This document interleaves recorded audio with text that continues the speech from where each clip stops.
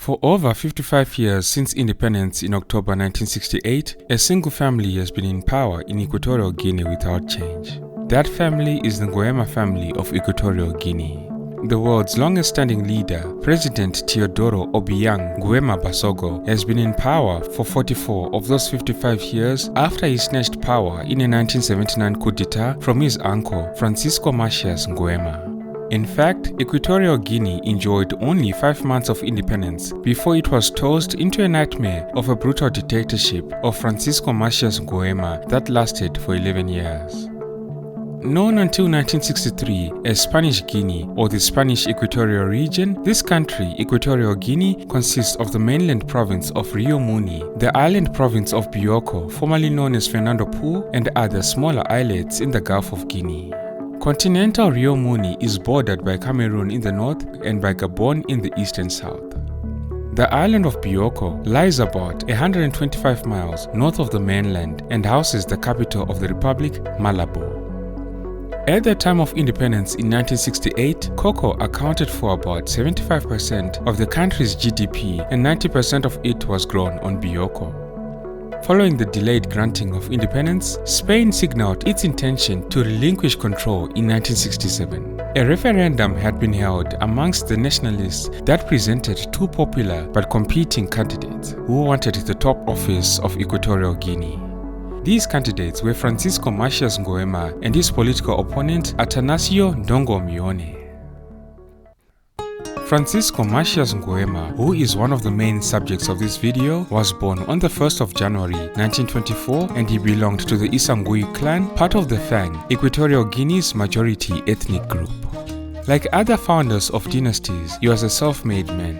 His origins were poor and obscure. His father was said to be a Fang witch doctor who had allegedly killed his younger brother to become the village chief, which was not a very powerful position during colonial rule. Macias Nguema failed the civil service exam 3 times and only succeeded on the 4th attempt only because of overt Spanish favoritism. He eventually rose to the position of mayor of Mongomo under the Spanish colonial government in the east of Rio Muni and was given a seat in the small National Assembly on Bioko, then known as Fernando Po. But while being groomed for office by the Spanish, Macias Nguema harbored intense resentments against them, as well as an abiding hatred of foreign culture and intellectuals in general. In resolving the political impasse that existed as Equatorial Guinea headed towards independence, the political parties entered into a power-sharing coalition during the first administration in which Macias Nguema became the first president, with Atanasio Ndongo being appointed foreign minister. The country would gain independence as Equatorial Guinea on 12 October 1968. However, 5 months into the post-colonial state, Atanasio Ndongo, while traveling from the United Nations via the country of Spain, has been documented as being inspired by the former colonial intelligence services and its foreign ministry to mount a coup d'etat against Macias Nguema. This coup attempt was on the 5th of March 1969. After occupying the presidential palace in Bata, Atanasio Ndongo was surprised by Macias Nguema, who was supposed to be out of the city. Minutes later, Atanasio Ndongo was thrown out of a window and captured by Macias Nguema's guards while still alive. According to official sources, he was taken to the hospital where he died of the wounds. However, some sources said that Atanasio Ndongo was actually framed by Macias Nguema as an excuse that eventually led to his execution. With Spain, the former colonial power, being accused of complicity in the military coup d'etat attempt by Ndongo, President Nguema mounted a campaign to remove white settlers en masse. By the end of March 1969, most of the Spanish population of about 7,000, including civil administrators, teachers, technicians, professionals and shopkeepers, had fled, abandoning their businesses, property and prosperous cocoa and coffee plantations. Furthermore, in the following year, on 2 February 1970, Macias Nguema consolidated his position by declaring a one-party state before assuming the position of life resident in 1972, head of the nation and party, commander-in-chief of the army, and Grand Master of education, science and culture. This was all while Macias Nguema's family and his ethnic clan from the Fang Isangui controlled all the institutions of government and state enterprises.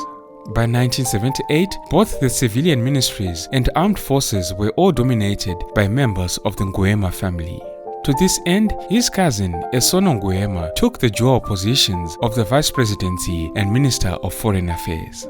A nephew simultaneously occupied the posts of Minister of Finance, Minister of Trade and Industry, the Director of Information, Director General of Security, Secretary of State for the Presidency, as well as Chief of Protocol and Commissioner of State Enterprises. Another cousin was appointed Permanent Secretary of the ruling party. Most importantly, another nephew, Teodoro Obiang Nguema Basogo, was appointed Commander of the National Guard, serving as the military governor of the renamed Fernando Po Island, which at the time had been named the Macias Nguema Island. During Macias' regime, Teodoro Obiang was the leading acolyte. As the governor of Fernando Po, he spoke and acted with the authority of the president and personally saw that his punishments were carried out. Teodoro Obiang also held a string of key jobs, including serving as head of the notorious Black Beach Prison, one of Africa's most brutal prisons. Teodoro Obiang was also responsible for a large measure of the deterioration besetting his country. For instance, on January 8, 1976, he allegedly ordered an attack on the Nigerian consulate that led to 11 deaths. Meanwhile, now with unlimited powers to arrest, torture, rape and murder, Macias Nguema's security forces wreaked vengeance on the country's educated classes and took savage reprisals against any hint of opposition. Thousands were incarcerated in prison and murdered there. About 2/3 of National Assembly deputies and most senior civil servants were killed, imprisoned or driven into exile. Many were executed on a whim. It is said that when the Director of Statistics published a demographic estimate that Macias Nguema considered too low, he was dismembered in order to help him learn to count. In 2 documented cases, Macias Nguema ordered the execution of all former lovers of his current mistresses. He also ordered the murder of the husbands of women he coveted.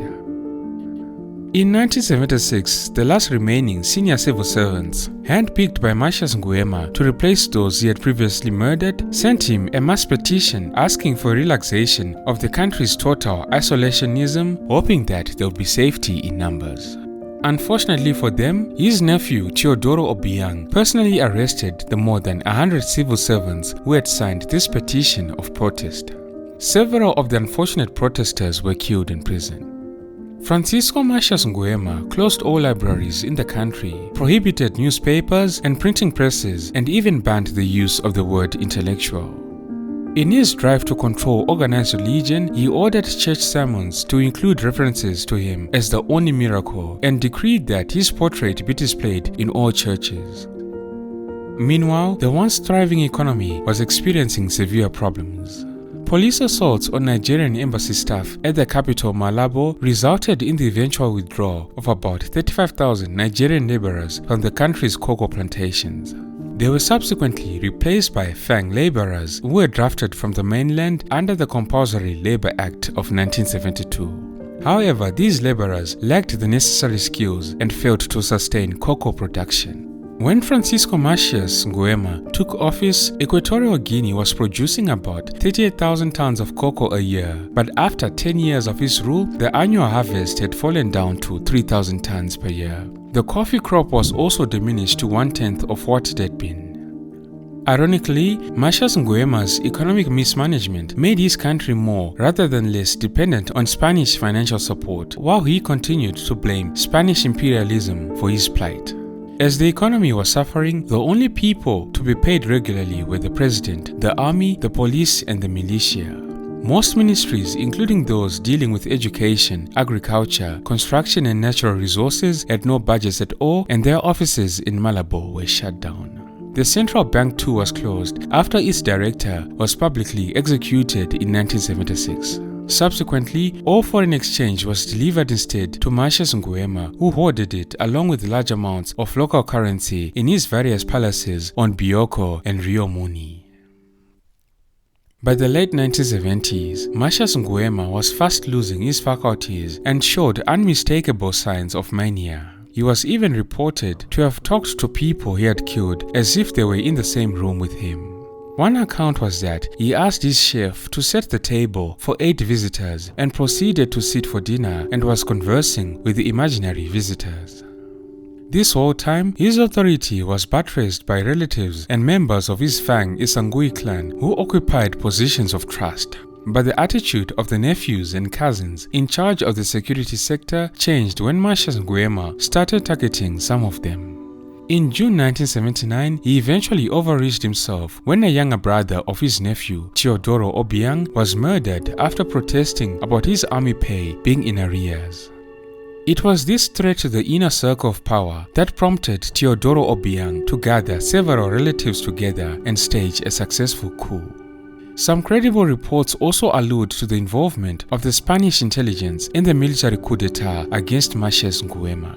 But what is clearly certain is the fact that right after the coup in August of 1979, and for the first time in a decade, Spain regained its presence in its former colony through the arrival of state representatives together with dozens of Spanish journalists. After setting fire to most of the country's fiscal reserves, Macias Nguema escaped with 2 suitcases of foreign currency. He was captured 2 weeks later in the jungle. After debating whether to put him on trial or commit him to a psychiatric ward, the family decided on a trial. At Macias Nguema's trials, his crimes were related in detail except those committed after 1974 simply because Teodoro Obiang was implicated in many of those that took place after that year. The trial of Francisco Macias was held in September 1979 at a local cinema in Malabo with about 1,500 spectators in attendance, while Macias Nguema was brought in a cage suspended aloft from a ceiling. The charges against Macias Nguema included genocide, paralysis of the economy, and embezzlement of public funds. Out of a total of 80,000 murders listed in the original indictment, Macias Nguema was found guilty on 500 counts. He, however, rejected all murder charges, suggesting that his nephew, Teodoro Obiang, was responsible. Macias Nguema even stated that, "I was head of state, not director of prisons." Along with 5 of his most brutal aides, Macias Nguema was sentenced to death. It is said that members of the National Army refused to take part in the execution because they were convinced that if they did so, Macias would return after death in the form of a tiger and hunt them down. In the end, troops from Morocco had to perform the deed. At the time of the coup, Teodoro Obiang was 33 years old and virtually the ruler of the island of Fernando Po, while Macias Nguema isolated himself from public life in his bunker. Upon taking power, Teodoro Obiang's military government took rapid steps to normalize relations with Spain. It also tried to reach an accommodation with the United Nations Human Rights Commission, which had started investigating the abuses of the Macias regime. In March 1980, the United Nations Secretary General approved the appointment of an expert to help the Obiang government restore human rights. However, other features of the previous regime continued, including the domination by the Isangui clan of political structures in the country. Just short of a year and a half after taking power, residents in the capital city, Malabo, observed that 15 months after the fall of Macias, the situation in Equatorial Guinea has hardly changed. Behind the wheels of new automobiles, we can often see the new leaders of the country who were the old ones. That is to say, the same ones during the Macias era and who, with rare exceptions, come from Mongomo, Francisco Macias' home village, and belong to the clan which had dominated the country during the previous era. Although lacking the paranoia of his uncle, Teodoro Obiang's human rights record, especially in those early days, was far from perfect, with authenticated cases of extrajudicial murder, torture, and the denial of basic rights to accused persons. All of this was also compounded by the continuing absence of an independent judiciary and the use of military tribunals to hear cases involving national security. In one such case, a defense counsel was given 4 hours to prepare a case for an alleged participant in an attempted coup. There were many coup attempts against Teodoro Obiang in 1981 and 1982 and again in 1986. In August 1988, another coup d'etat was staged but was unsuccessful. This particular coup attempt gave Teodoro Obiang the opportunity to arrest a number of members of his family and army officers. By the end of his 8th year in power, a clearer picture of Teodoro Obiang Nguema had emerged. As an extremely shrewd man with a checkered past and a present tainted with corruption, he was able to maneuver himself into a position whereby he was the focal point of all power in Equatorial Guinea. In June 1989, as the sole candidate, Teodoro Obiang was elected president for another 5-year term. Despite growing pressures and demands for real democracy during 1990 and 1991, Teodoro Obiang refused to respond to calls for the establishment of a multi-party system. When the multi-party system was eventually introduced in 1992, the authority of Obiang Nguema's Equatorial Guinea Democratic Party was unaffected. Prior to the establishment of multi-party politics, Obiang had taken the precaution of obtaining immunity from prosecution for alleged offenses committed before, during, and after his term of office. The elections that were held in 1993 were boycotted by the main opposition parties because of suspected foul play by Teodoro Obiang's administration. Meanwhile, in attempts to introduce a more stable political environment in the country, the government and 14 opposition groups signed a national pact in April 1997 agreeing to the basic conditions for future legislative elections. 1 month later, however, the government announced that a plot to oust the president had been uncovered. This set off another wave of political repression. In May 1997, Severo Motonsa, the main opposition leader, along with 11 others, was tried in absentia for treason, found guilty and sentenced to more than 100 years imprisonment. When Spain granted asylum to Severo Motonsa in 1997, Teodoro Obiang was livid. This soured the relationship between Spain and its former colony, Equatorial Guinea. The elections that were held in 1999 were marred with more controversy. This election witnessed short-term detentions of opposition candidates, the alleged removal of non-opponents from the voters' roll, and reports that the secret ballot, introduced for the first time in 1999, had been nullified by the lack of privacy in polling booths. After a further crackdown on opponents, Teodoro Obiang Nguema Basogo was elected unopposed in the 2002 presidential election. Meanwhile, good fortune struck Equatorial Guinea in 1995 when large deposits of oil were discovered. The drilling of these oil fields began in 1996, and over the next 3 years, the GDP of Equatorial Guinea tripled. This oil bonanza gave Equatorial Guinea the highest economic growth rate in Africa. By 2003, oil represented 80% of the country's GDP as oil companies, particularly those from the United States, poured more than $5 billion into the country. Investment by these United States firms helped Equatorial Guinea become the third largest oil-producing nation in Africa. Under then-President Bill Clinton, the United States had protested Teodoro Obiang's abuse of human rights by closing the United States Embassy in Equatorial Guinea in 1995. But a few years later, the oil-friendly administration of George W. Bush quietly reopened the embassy. The oil bonanza of Equatorial Guinea has turned this country into one of Africa's richest countries in terms of per capita income. Unfortunately, this wealth is very unequally distributed. The Obiang regime has largely squandered the opportunity to use its oil riches to transform the lives of ordinary citizens. This is why top government officials have built personal fortunes from the country's oil wealth. In 2004, a United States Senate investigation found that Washington-based Riggs Bank, which held Equatorial Guinea's government accounts, transferred millions of dollars to companies apparently owned by government officials, including the president of Equatorial Guinea. Since 2009, the government of Equatorial Guinea has spent virtually all its oil revenues on large-scale infrastructure projects, leaving little to no funds for health and education.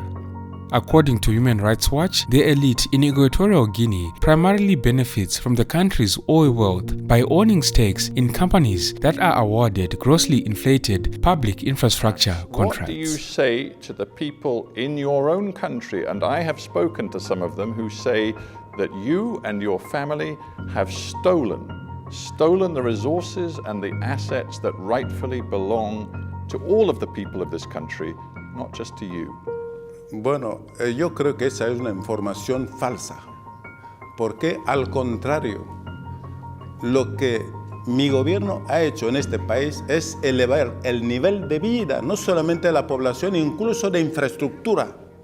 Todo eso no sale del exterior, sino son de los recursos del país que estamos invirtiendo en este país para que este país sea un país emergente. With the discovery of massive oil reserves in Equatorial Guinea, the political dynamics changed, with Teodoro Obiang Nguema finding common cause with foreign multinationals while continuing to fend off military coup d'etat after military coup d'etat attempts. The most celebrated of these being the 2004 Wonga coup, in which the political opposition appeared to have conspired with the international actors in launching the conspiracy. This coup d'etat was led by Simon Mann. Simon Mann, the former Special Air Services officer, and his crew flew into Harare, Zimbabwe from South Africa with a full plane of mercenaries planning to collect weapons on their way to Equatorial Guinea, where they were then arrested. In spite of this, coup attempts against Teodoro Obiang have continued, with yet another reported event in 2018. But President Teodoro Obiang has continued to put in place measures to counter these attempts. His bodyguards comprise soldiers who are members of his clan, but for additional security, he has a close protection unit who are mainly Israelis. In the past, Zimbabweans and Ugandans have also been brought in to help guard the presidential palace. On the political front, Teodoro Obiang won re-election by a wide margin in the multi-party contest of 2009, which was widely denounced as fraudulent. President Obiang's hold on power was further fortified by constitutional changes that were passed in a 2011 referendum, which was broadly viewed as not being credible and was enacted in 2012. These changes to the constitution included the imposition of a limit of 2 consecutive presidential terms, which was later determined not to be retroactive and thus not applicable to Obiang's several previous terms as president. The changes also included the elimination of an age limit for presidential candidates, which would have prevented the aging Obiang from running for president again. Another change to the constitution created the position of vice president to be appointed by the president and to be next in line for the presidency should the incumbent president die or retire. This change led many to speculate that Obiang was intent on choosing who would succeed him. Later in 2012, he appointed his son Teodoro Nguema Obiang Mangue, also known as Teodorin, as second vice president, even though that position was not provided for in the changes to the constitution. Teodorin Mangue is widely believed as Obiang's choice for his successor. The elder Nguema stood in the 2016 and 2022 presidential elections in a landslide both times, receiving 93.7% and 94.9% of the vote, respectively. As in previous elections, however, domestic and international observers reported irregularities in the electoral process and noted concerns about instances of intimidation, coercion, and unfair campaign practices, which cast doubt on the credibility of the results. Like his uncle before him, and as I alluded to earlier, Teodoro Obiang Nguema Basogo has concentrated power and wealth within his own family. In 2004, 7 of the nation's 9 generals were his relatives and the other 2 were from his tribe. His brother-in-law, Teodoro Biogon Sue, served as ambassador to the United Nations before taking charge of family interests in the United States. One of Obiang's sons, Gabriel Mbega Obiang Lima, served as the State Secretary for Oil and is currently the Minister of Finance, Economy and Planning since February 2023. But it is Teodorin Mangue who has proved to be the most colorful and prominent member of the Nguema family. As mentioned earlier, in 2012 he was appointed Vice President, and in November 2016 was further elevated to First Vice President, firmly placing him in line for almost automatic accession if anything happens to his father. Over the years, Teodorin has developed a reputation of squandering public money through an opulent lifestyle in the United States, France, Switzerland, Spain and South Africa, amongst others, where he has acquired lavish homes, expensive sports cars, luxury boats and airplanes. In March 2001, Teodorin purchased a $6 million estate in the Bel Air neighborhood of Los Angeles. Settling into the Hollywood scene, he started his own rap music company, TNO Entertainment. The first artist he signed, Warren G, introduced his first music video with a dedication to Teodoro. Most recently, in February 2020, a French court found Teodoro guilty of embezzlement and abuse of public money and fined him 30 million euros while confiscating his assets that included mansions in Paris. In October 2016, Switzerland opened an investigation into Teodoro, seizing 11 luxury cars as well as a $100 million yacht. Previously, the United States Department of Justice accused Teodoro of using his position as Minister of Agriculture to amass a wealth of more than $300 million. This United States case was settled when Teodoro agreed to forfeit $30 million in assets that were located in the United States. As it currently stands, Teodoro Nguema Obiang is his father's most likely successor and looks set to take the highest office in Equatorial Guinea once the inevitable happens. This would indeed secure the continuation of the Nguema dynasty in Equatorial Guinea. It has often been said that dynasties are sometimes unlikely to survive beyond 3 generations.